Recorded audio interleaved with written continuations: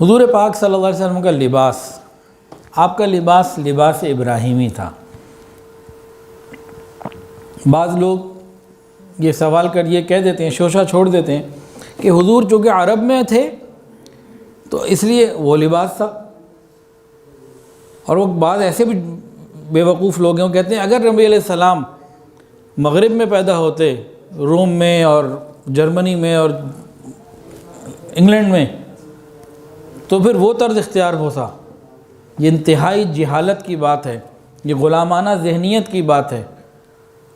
نبی اللہ کے رنگ میں رنگنے کے لیے بندوں کو آتا ہے، اور کوئی نبی کبھی کسی قوم کا تابع نہیں ہوا، اپنی قوم کو اپنے تابع کیا ہے، اور کسی نبی نے کسی قوم کی اطاعت نہیں کی، نہ لباس میں نہ کسی اور معاملے میں۔ اللہ کا حکم آتا تھا وہ پورا ہوتا تھا۔ انبیاء کرام کے پورے سلسلے کو دیکھیں، ساری چیزیں تو کامن ہیں، معمولی فرق کے ساتھ۔ بھئی ہمارے ہاں روزے کے رکھنے اور کھولنے کی ترتیب یہ ہے، پہلے کچھ مختلف تھی۔ یہ معمولی حکمتیں اللہ نے اپنے وقت کے حالات کے مطابق بندوں پہ تبدیل کی ہیں، آزمائش اور مختلف معاملات کے اعتبار سے۔ بنیادی چیزیں حضرت آدم علیہ السلام سے لے کے رسول اللہ صلی اللہ علیہ وسلم تک سب ایک ہی ہیں۔ داڑھی تمام انبیاء کو پسند، حیا تمام انبیاء کی عادت، نکاح کرنا تمام انبیاء کی سنت، مسواک کرنا تمام انبیاء کرام کی سنت، سادہ لباس پہننا تمام انبیاء کی سنت، لباس میں تکبر سے بچنا تمام انبیاء کی سنت، داڑھی رکھنا، مونچھیں ترشوانا تمام انبیاء کی سنت۔ اسی طرح لباس جو ہے نا، اسلامک ڈریس کوڈ، یہ بھی اللہ تعالیٰ کا دیا ہوا ہے اور تمام انبیاء کی سنت۔ اس لیے لوگ کہہ دیتے ہیں نا جی کہ نبی علیہ السلام اگر عرب میں آ گئے اس لیے عربی لباس تھا، ہندوستان میں آتے تو یہاں کا تمدن ہوتا، انتہائی غلط بات ہے۔ نبی تو اللہ کے رنگ میں رنگنے کے لیے لوگوں کو آتے ہیں، اپنی اتباع کی دعوت دیتے ہیں، نہ کہ رسم کی، رواج کی، علاقے کی یا قوم کی تقلید کرتے ہیں، ایسا ہرگز نہیں ہے۔ اللہ ہماری حفاظت فرمائے۔ اللہ کے رنگ میں رنگ جانا یہ کب ہوتا ہے؟ جب انسان غیروں کے رنگ سے بچے، خالص نبوی رنگ میں آئے، تب ہوتا ہے۔ اللہ کے رنگ میں رنگنا، نبوی رنگ میں رنگنا، یہ اسی صورت ہو سکتا ہے جب غیروں کے رنگ سے نفرت ہو اور برات، اور ہم بالکل اس سے بیدار ہو جائیں، الگ ہو جائیں۔ یہ نہیں ہو سکتا ہم کہیں ہمارے پاس اللہ کا رنگ بھی رہے، نبی کا رنگ بھی رہے، اور ساتھ غیروں کی بھی کوئی بات رہے۔ یہ کوئی چیز نہیں، دونوں چیزیں بالکل الگ الگ ہیں۔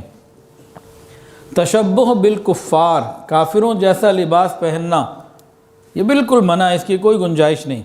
اس سلسلے میں حضرت مولانا قاری طیب رحمۃ اللہ علیہ، محتمم دارالعلوم دیوبند، ان کی کتاب ہے تشبہ فی الاسلام، 2 حصوں میں ہے، 2 جلدوں میں، یہ لے کے پڑھنی چاہیے، بہت ساری چیزیں اس میں معلوم ہوتی ہیں۔ بہت سارے لوگ آج کل نا احساس کمتری کا شکار ہو کے کہتے ہیں جی مسلمانوں نے کیا کیا ہے، دنیا میں ذلیل و رسوا ہو رہے ہیں۔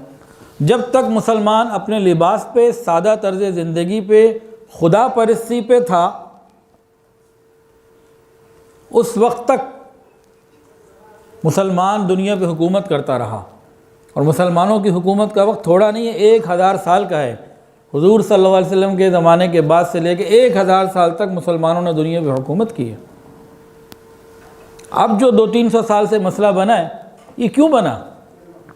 کہ ہم نے لباس میں سادگی کو چھوڑ دیا، ہم نے خدا پرستی کی بجائے نفس پرستی شروع کر دی، اور ہمارے حکمران بالخصوص یہ میر جعفر اور میر صادق بن گئے کہ یہ ملک اور ملت سے مخلص نہ رہے، اور سارا معاملہ بدل گیا، اور عوام کے اندر بھی یہ چیزیں آ گئیں۔ آج اگر یورپ اور امریکہ کی کوئی بڑی حکومت ہے کہ ان کی کوئی بات چل بھی رہی ہے تو کیا ہو گیا؟ اللہ رب العزت نے وقتی طور پہ قوم عاد، قوم سمود، فرعون اور نمرود، ایسے لوگوں بھی تو حکومتیں دی تھیں۔ یہ آج کوئی پہلی دفعہ تو نہیں ہے، اسلامی تاریخ کو دیکھیں حضرت آدم علیہ السلام سے لے کے آج تک، یہ کوئی پہلی دفعہ نہیں ہے۔ پہلے بھی قومیں جتنی بھی تھی، قوم عاد تھی، سمود تھی، یا فرعون یا نمرود، وہ سب تباہ ہوئے، انہوں نے بھی تباہ ہونا ہے اگر اسلام نہ لائے تو۔ مسئلہ تو ہمارا ہے، ہم کب ٹھیک ہوں گے؟ جب ہم اپنے طرز و اپنے تمدن پر آ جائیں گے، معاملہ ٹھیک ہو جائے گا۔